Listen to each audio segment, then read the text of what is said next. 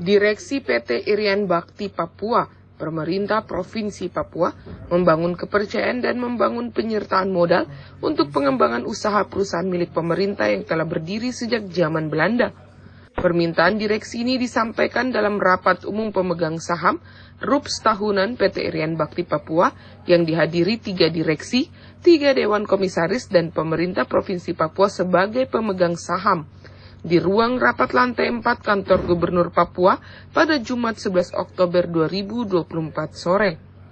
Adapun agenda RUPS adalah laporan tahunan perseroan dan laporan keuangan tahun buku 2023 meliputi persetujuan dan pengesahan laporan keuangan, laporan evaluasi kinerja, serta pemberian pembebasan tanggung jawab kepada direksi dan dewan komisaris tahun buku 2023, kedua, perubahan penyertaan modal, ketiga, pengajuan penjualan aset PT Irian Bakti Papua, keempat, penetapan gaji, jasa pengabdian direksi dan dewan komisaris PT Irian Bakti Papua, kelima, menunjukkan kantor akuntan publik tahun buku 2024, dan penetapan calon pengganti direktur umum dan SDM.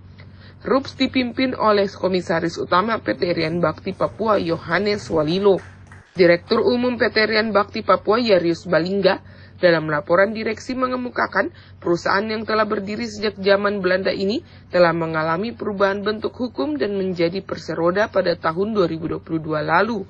Capaian tahun 2023 menurutnya pendapatan menurun tetapi margin kontribusi masih positif. Terkait strategi usaha, lanjut Yarius, secara eksternal mendorong peningkatan dan pengembangan bisnis yang sudah ada. Caranya melakukan konsolidasi kekuatan untuk meraih kembali bisnis utama atau core bisnis penyaluran beras ASN Papua dan Papua Barat. Meski tidak ada pemasukan, tetapi perusahaan sehat dan semangat bekerja. Aset pemerintah Provinsi Papua. Sejak tahun itu sampai dengan tahun 2021 itu dia PD, perusahaan daerah.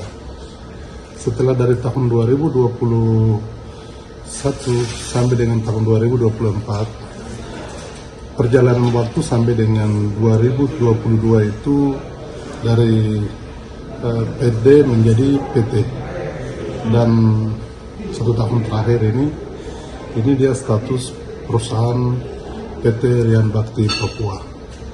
Sehingga hari ini tanggal 11 kami pemegang saham pemerintah Provinsi Papua dengan komisaris, kami direksi, dan semua pemda provinsi hari ini kami RUPS.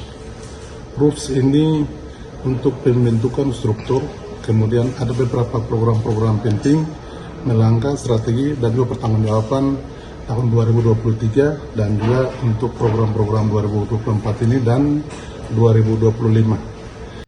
Sementara itu, Komisaris Utama PT Irian Bakti Papua, Yohanes Walilo menjelaskan beberapa agenda yang sudah dibahas itu. Beberapa catatan penting dari RUPS ini adalah melihat kembali aset-aset aktif dan non-aktif di Papua yang setelah ada perubahan status hukum, perlu menginventarisir ulang dan membahas ulang seluruh aset yang ada untuk pengembangan usaha perusahaan ini ke depan. Diharapkan ketika dikelola baik, kita selain bisnis tapi juga membantu masyarakat untuk mereka bisa berobat dengan fasilitas yang disediakan secara baik.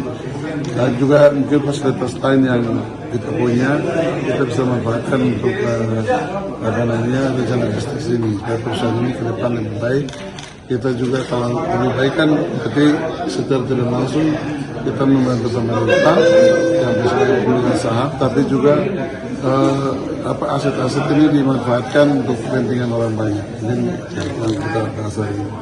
Menyangkut dengan perubahan struktur dan lain itu internal dari tidak berarti kami akan bahas ulang lagi.